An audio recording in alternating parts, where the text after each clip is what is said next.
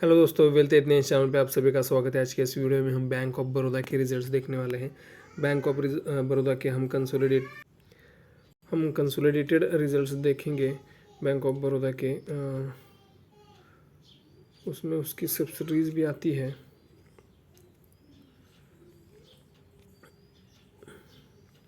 ये सभी फिगर जो है वो लाख रुपीज़ में है तो उसकी वजह से ये जो फिगर है वो बहुत बड़ी हो जाती है, हमारे आंखें घूम जाती है उससे। तो मैं उसको करोड़ में कन्वर्ट करके बोलता हूँ आपके लिए। तो अगर हम इंटरेस्ट अर्न देखें, क्योंकि इंटरेस्ट अर्न ही किसी भी बैंक का ब्रेड एंड बटर बिजनेस होता है, और बाकी जो अदर इनकम वगैरह है वो वैरी होता रहता है। इसलिए इंटरेस्ट अर्न में कितनी बढ़ोतरी हुई है वो जानना हमारे लिए बहुत इम्पोर्टेंट है। तो अगर हम रिवेन्यू या इंटरेस्ट अर्न देखें तो 28,002 करोड़ का इंटरेस्ट अर्न किया है दिस क्वार्टर में, जो पिछले क्वार्टर में 27 करोड़ 196 था, और पिछले साल के सेम क्वार्टर में 20,048 करोड़ का इंटरेस्ट अर्न किया था।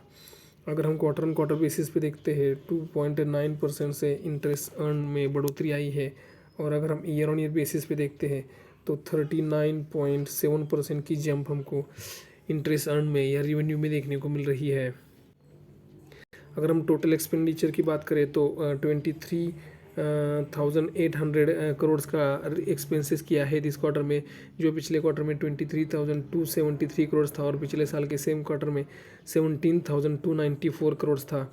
अगर हम क्वार्टर ऑन क्वार्टर बेसिस पे देखते हैं तो 2.3% से एक्सपेंसेस बढ़े हैं, और अगर हम ईयर ऑन ईयर बेसिस पे देखते हैं तो 37.7% से एक्सपेंसेस में बढ़ोतरी आई है।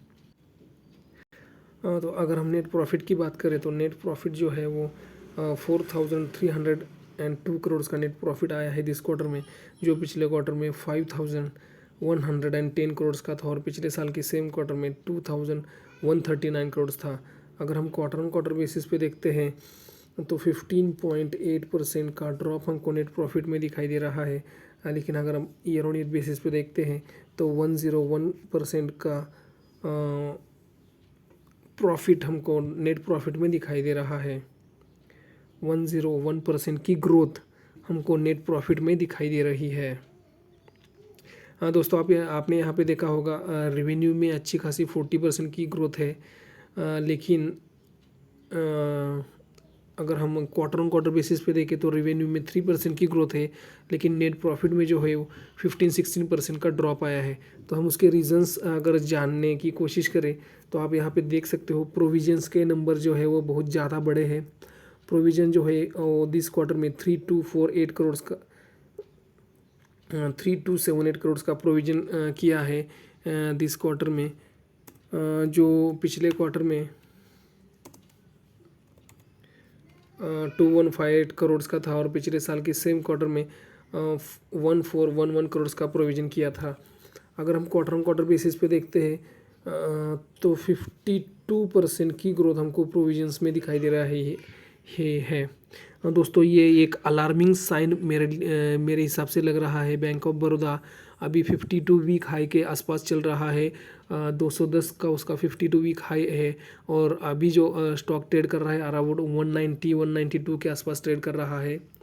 जो अच्छे रिजल्ट्स है कंपनी ने या बैंक ने ऑलरेडी फैक्टर इन कर लिए हैं।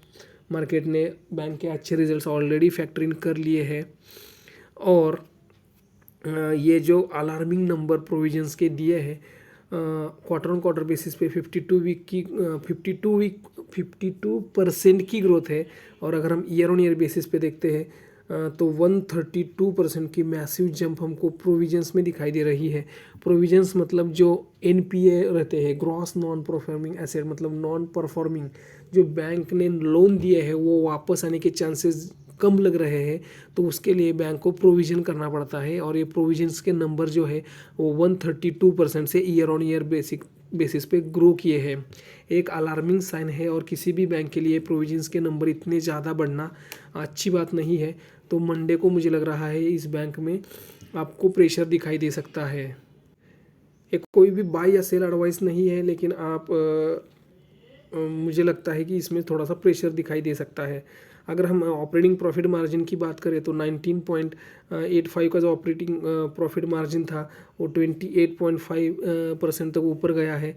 और नेट प्रॉफिट मार्जिन की बात करें तो 9% से 13.36% तक नेट प्रॉफिट मार्जिन ऊपर गया है। और उसी की वजह से ईयर ऑन ईयर बेसिस पे 101% की ग्रोथ बैंक ऑफ बड़ौदा ने दिखाई है। किसी भी बैंक के लिए उसके ग्रॉस एनपीए और नेट एनपीए को जानना उतना ही इम्पोर्टेंट है। तो अगर हम ग्रॉस एनपीए देखें तो 6.26 के जो ग्रॉस एनपीए थे वो घट के 3.51 के ग्रॉस एनपीए रहे थे। और जो नेट एनपीए 1.58 के थे वो उसमें भी गिरावट आके 0.78 के नेट एनपीए रहे थे। लेकिन प्रोविजंस के नंबर बढ़ने की वजह से ग्रॉस एनपीए और नेट एनपीए में बढ़त आ सकती है और उसी के वजह से आपको स्टॉक में प्रेशर दिख सकता है मंडे को। दोस्तों ये वीडियो थोड़ा सा लंबा हो गया, लेकिन आपके लिए ये जानना ज़रूरी था कि एनपीए के नंबर क्यों बढ़ सकते हैं। तो इसलिए थोड़ा सा वीडियो बड़ा हो गया। लेकिन और मैं आपसे एक अपील करना चाहता था कि हमारे चैनल को जो लोग विज़िट करते हैं उसमें से 90% लोगों ने अभी तक सब्सक्राइब नहीं किया है। तो आप भी उनमें से एक हो तो प्लीज़ चैनल को सब्सक्राइब कीजिए और बेल आइकॉन प्रेस कीजिए, तो आपसे कोई भी इंपॉर्टेंट नोटिफिकेशन मिस नहीं होगा। तो फिर मिलते हैं ऐसे एक वीडियो के साथ, तब तक के लिए मुझे आज्ञा दीजिए। जय हिंद।